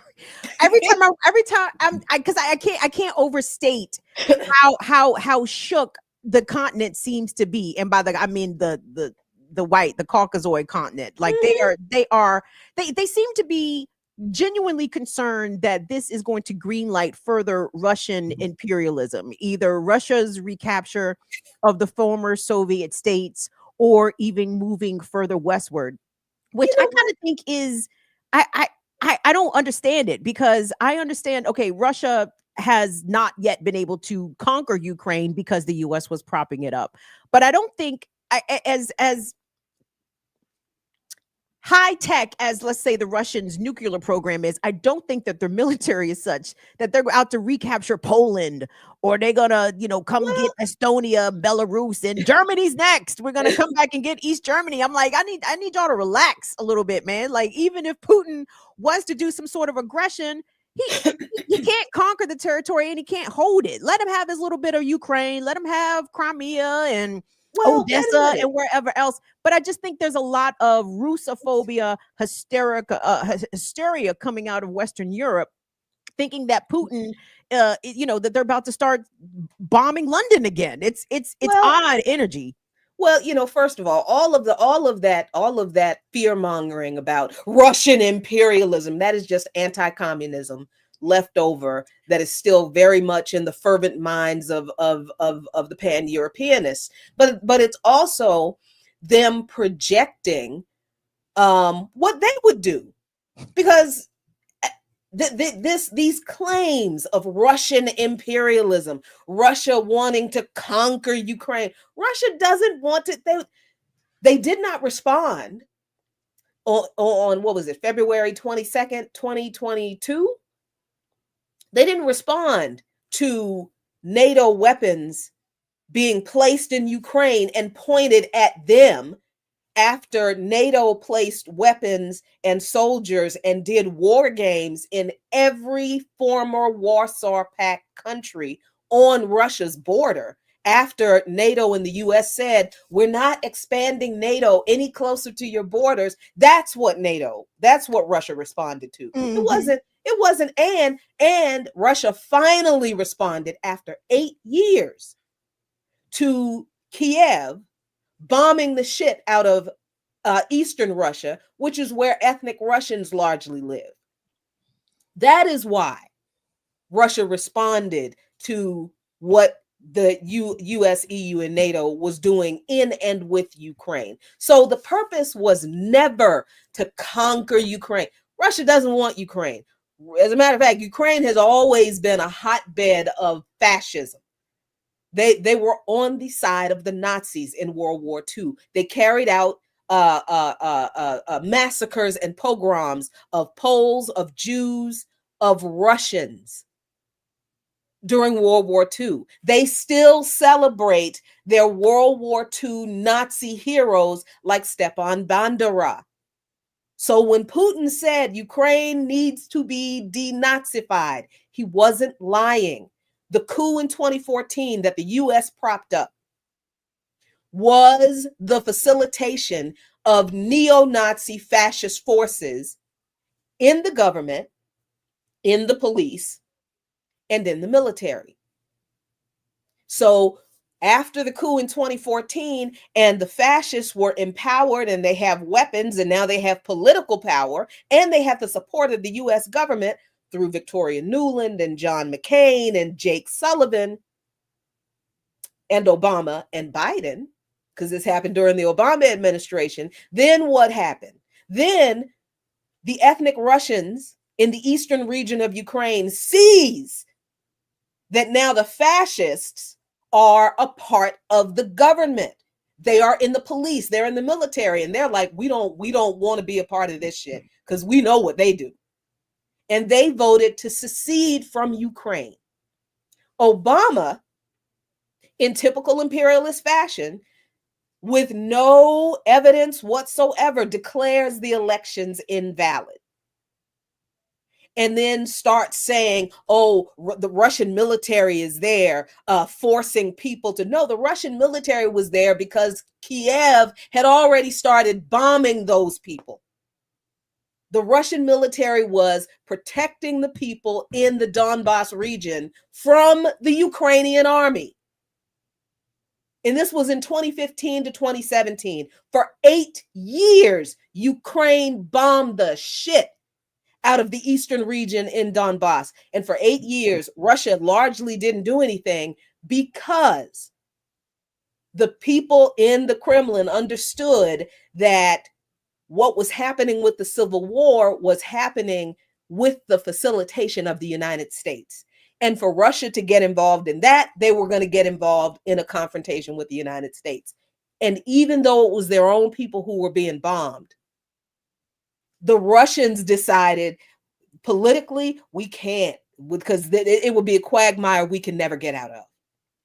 But then the Civil War didn't stop. The Minsk Accords happened, which were supposed to have stopped that Civil War. It was supposed to have stopped the bombing. But Ukraine, France, and Germany reneged on the Minsk Accords that they signed. Russia is thinking, because Russia signed the Minsk Accords too, and they're like, great, fine, this is over with. But who is it? Angela Merkel, Ola, I can't remember his name, the former German chancellor, came out and admitted that they never intended to adhere to the Minsk Accords. All they signed those accords for was to give Ukraine time to amass enough weapons to go after Russia. They admitted it. And then this is when Lavrov comes out, and even Putin comes out and makes a statement saying, well, maybe we should have got involved in that shit before we did, because clearly these people are a bunch of liars and we can't trust them. They were against us from the beginning, right? So Russia's involvement in Ukraine has never been about conquering Ukraine. It has always been about protecting their very valid concerns about their territorial sovereignty against NATO and the US. And it was also about finally responding to the mass extermination of ethnic Russians carried out by Kiev with the support of the US government. That's why they got involved. They're not trying to take Kiev. Crimea was Russian. What they want is for the recognition of the independent territories of the Donbass. They want Ukraine to recognize those areas as independent from Kiev and to leave them alone. And one of the regions also voted to rejoin the Russian Federation. Not all the regions, but I think it was just one or two out of several. And Russia... Now that Trump has assumed office, it seems as though those territories are probably going to go back to Russia, as Trump has basically come out and said as much. He said, Ukraine could have got involved. Talking shit to Zelensky. You've been in this for 3 years. You could have came to the table and you would have got everything you wanted. Not all the things that you wanted. I mean, you're going to have to give up some land. But you would have been able to keep most of the stuff. And I think that the territories, at least that are the most disputed or that Russia has gained a significant foothold in the East, will go back to Russia, will not be part of Ukraine going forward. But I keep saying hysteria because that's what it sounds like to me. The perception that Trump's stance or his softening towards Putin, his willingness to meet with Putin as a Western leader, no Western leader has met with Putin's, and like the NATO allies seem to be convinced that the United States withdrawing its security, or at least its funding for security, or even its promise for security, is going to make them vulnerable and susceptible to some sort of Russian invasion. And I'm just trying to figure out, what is this based upon? Because, I see them sometimes referring to World War II, and I'm like, but it wasn't Russia invading everybody in World War II, it was the Nazis. Mm-hmm. And by the way, I have to laugh a little bit at Putin talk about the denazification as though he's not a whole white nationalist himself, right? And as though as though Russia itself is not a white nationalist country that does not necessarily treat non-whites the greatest, as many native-born Russians have informed and warned me. By the way, when I was thinking about going there, they were like, "Oh, yeah, just be careful, and don't be out at night." So, and this is coming from them. That's not my perspective. But anyway. So, is this a changing of the guard, as it were, for this 80 years of Western Europe and North American military alliances? Like, is Trump just talking shit as he normally does, or does Europe have a reason to be concerned that the United States is changing its direction as it relates to securing the European continent? Man, fuck Europe. I mean, I agree. Don't get me wrong. I wish we had the video of the white man crying. I wish, Jackie, you have to go search this video. Cry more, because all of this, like I said, their response, their response to Trump meeting with Putin and melting down about it, and their fears of being invaded by Russia, like why, and then bringing up World War II in that context. This is the result of white domination ideology psychopathy, because they will lie so much about history that they start to believe the lies. Like, how do you prop up the ideology or the claim of Russian imperialism on World War II when it was the Soviet Red Army that defeated the Nazis? The Soviet Union was not trying to conquer new territory in getting involved in World War II. They were once again defending themselves against the fucking Nazis. Even after Stalin tries not to get involved, couldn't help it. so he does what every leader does when they are faced with an imminent war. They try to make a deal with the other country's leader. Like, look, if we can work this out, you ain't got to worry about me. But then when you make deals with Nazis, I mean, which is what happened. So what was it called? Because people always bring this up when we talk about the Soviet Union and Russia. Well, Stalin made a deal with Hitler, yes, to hopefully keep from getting dragged into the war. The deal was, if I'm remembering correctly, and I know the chat will correct me, I can't remember all the details, but I think the deal was, if the Soviet Union would give up parts of Poland, I think, to Germany, to the Nazis, then the Nazis would not invade the Soviet Union or something like that. Well, of course, the Nazis reneged on the deal. Of course, Hitler reneged on the damn deal, which is why the Soviet Union got involved in World War II. So Europeans, just like Americans, have this alternate reality when it comes to World War II, that it was the Allies, with the exception of Russia. When they talk about the Allies, they're talking about Britain and the United States. That's it. When these Europeans talk about the Allies won World War II, they mean Britain, the United States, and maybe France, maybe. But that's what they mean. They do not mean Russia. They do not recognize the Soviet Union as the entity that defeated the Nazis, were it not for the 75 million Soviets who died stopping the Nazis.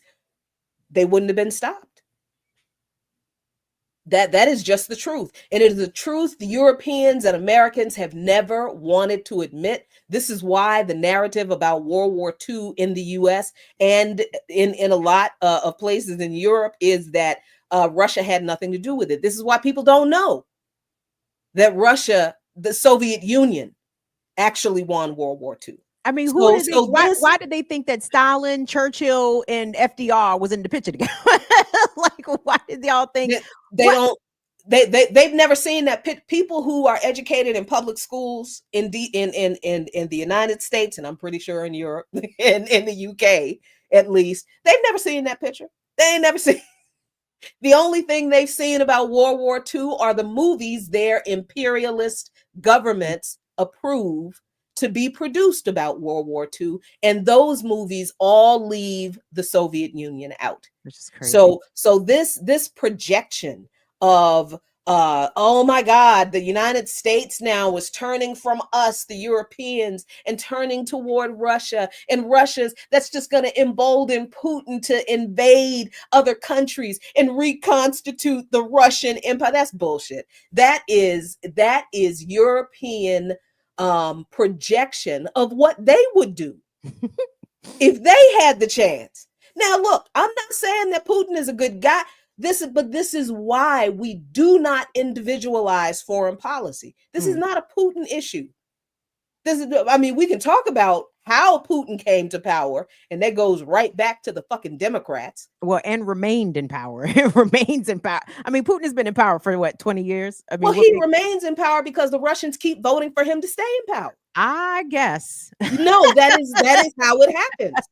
That is, they have elections. I know they have elections. They do. They have elections. That man was voted into office. You know what I'm saying? Like, you know, and again, I'm not a fan. I was not a fan of Alexei Navalny, but at the same time, you know, he gone, right? Alexei Navalny, the bigot, who said that that's what I'm saying. Like, that immigrants were cockroaches. That is correct. A white nationalist. Like, again, Russia is a white nationalist nation. Let us make no pretense or auspices about that. How do we know Russia is a white nationalist nation? Well, are there white nationalists? Are there white nationalist people in Russia? Sure, I'm sure there are.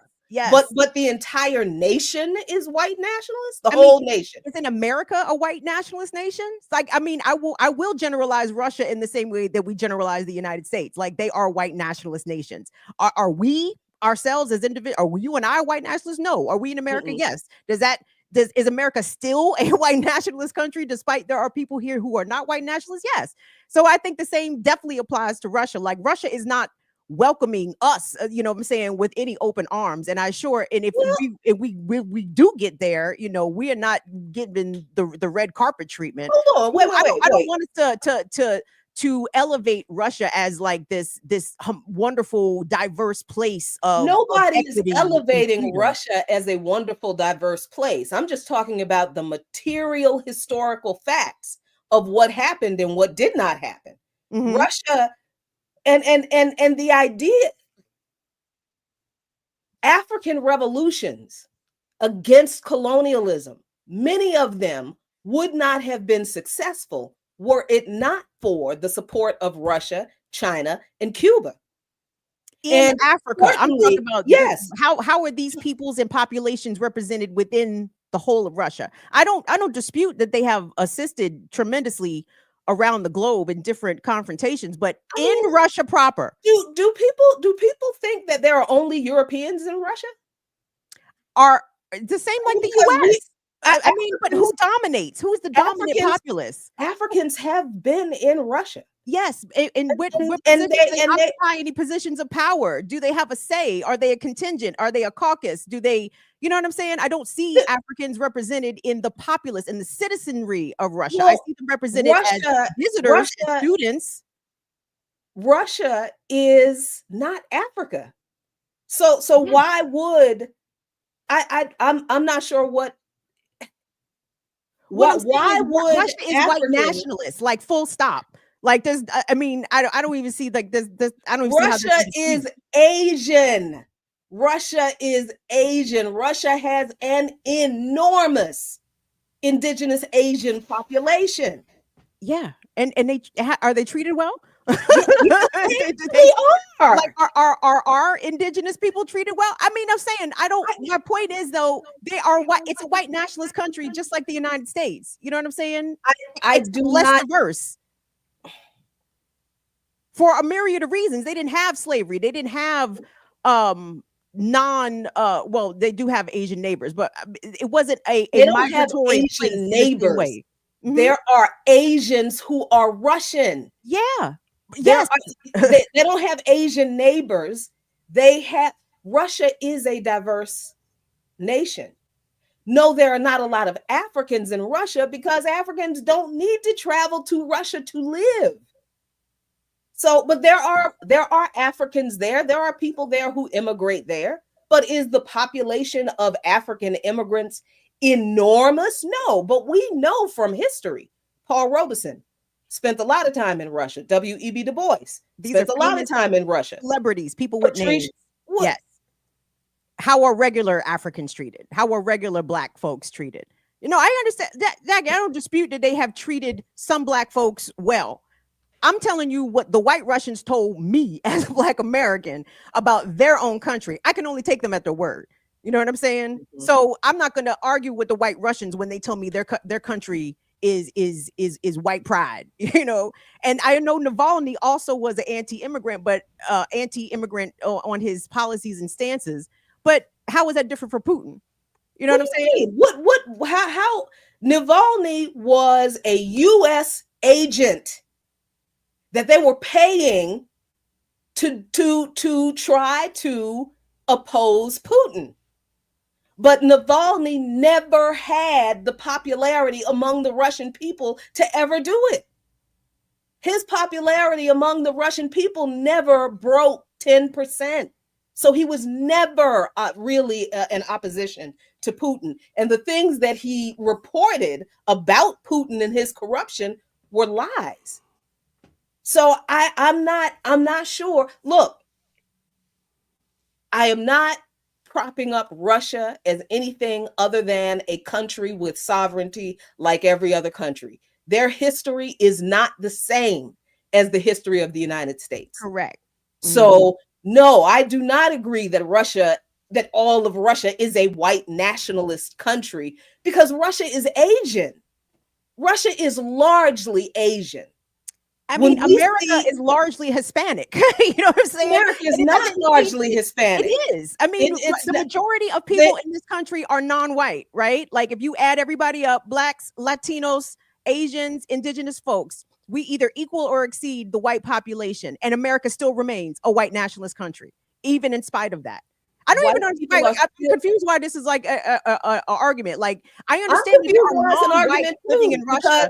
I mean, but that doesn't make Russia, that doesn't mean that Russia is not pro-white, even though there are non-whites living there. Yes, they are very much pro-white. They are white nationalists. They are exclusionary. You better come there with the education. You can't just come to Russia as a non-white, especially. I think we should continue this conversation on Darker Than Blue. And see, this is why foreign policy conversations don't go well in this country. Because we impose our understanding of this country on every other country. And we do not realize that we cannot do that, because histories are different, populations are different, how countries have responded to U.S. imperialism has been different. So I am not going to say that there are not white nationalists in Russia and there are not white nationalists in the Russian government, but I'm not going to sit here and say the entire country of Russia are white nationalists. Not all those damn Asian people. But not all of those. What I'm trying to say is, in the same way that there are non-whites in Russia, that I understand what you're saying, that because not everyone in Russia is white, therefore Russia is not a white nationalist country. If you want to apply that argument to the U.S. is a significant portion non-white. The U.S. is still very much a white nationalist country in spite of its diversity. I mean, I'm not seeing the disconnect, but maybe y'all can explain it to me better. Anyway, the situation with Ukraine is being stripped for parts. Nobody gives a damn what Zelensky feels about it, because the U.S. is done with him. Europe can cry in their grits about the U.S. Not including this in their negotiations. Russia is not trying to conquer Ukraine. Crimea, Donbass, the eastern region of Ukraine are Russian. They want to be separate from Ukraine. a part of this deal is that Crimea will go back to Russia, and the idea that people are surprised that a part of the deal is that Russia, that this territory in Crimea will be ceded to Russia. Zelensky said they couldn't take that territory last year. He came out and admitted we probably can't hold those territories last year. So what are people surprised at? What are the Europeans crying over? So whatever people personally feel about what Russia is or is not has absolutely no bearing on what is happening right now in Ukraine. Because right now, Russia has a I'm going to call it tenuous relationship with China. They are not going to mess that relationship up because of what's going on in this country right now. Russia didn't want to get involved in this shit in the first place. That's why they didn't respond to the civil war for 8 years. And then the people in Russia and the people in the eastern region of Donbass were actually pissed off at Putin because they didn't respond sooner than they did. So all of the whatever Russia is or is not, whatever people believe Russia is or is not, doesn't have any bearing on the fact that this was a US, EU, NATO proxy war using Ukraine to destroy Russia, because these people are anti-communists, even though Russia is not communist. They are committed to anti-communism and continuing to make former communist countries pay, as an example to people who think that they want to pursue socialism and communism today. That's all this was. This is not Russia trying to expand its empire. This was not Russia trying to get back the countries that were in the former Warsaw Pact. They don't want that. They don't want that fucking headache. They don't want, they want to be left alone so they can make money. Well, thank y'all for coming to the Remix Morning Show, where we can agree, we can disagree, we can all come together, and we can give you news, we can give you everything right here on the Remix Morning Show. And we gonna rock out tomorrow morning at 8 a.m. So some more Remix Morning Show. And we rocking out at 11. At 11 for classical breakdown. And we gonna do the Ohio Players. What we got coming up on Burn It Down, Kim Brown? When is that? Friday at 7 p.m. Eastern. I'm not sure what I'm going to talk about. I'm trying to find light stories, like the story I led with on my show on Tuesday, where the Zionists shot out the other Zionist in Miami and blamed Palestinians and Arab. Wasn't a Palestinian or Arab in sight. These are the kind of stories I'm trying to find where the white on white violence just takes each other out. That's my favorite. So I'm gonna try to find some more stories like that for Friday. All right, Jack K, what we got coming up on Darker Than Blue? I think I am going to have Orasomni Burton, Dr. Orasomni Burton, on to talk about him removing his book from consideration, removing Tip of the Spear from consideration for a prize from the, African American Historical Society, the AAIHS. I always forget what the I is for. But I'm going to have him on, I think, tomorrow to talk about that a little bit. And then we're going to talk about, what is it? What was it? Oh, shoot. I forgot the other thing that I was going to talk about. The Obama administration creating the agency that turned into DOGE. Yeah, we're going to be talking about that on the Dark Room. Another connection between what the Trump administration is doing now and what Democrats actually started. So that's it.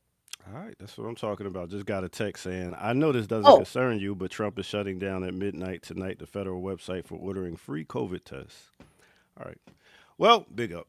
All right, well, we out of here. Thank y'all for tuning in once again to the Remix Morning Show. Peace out, y'all. Peace, y'all.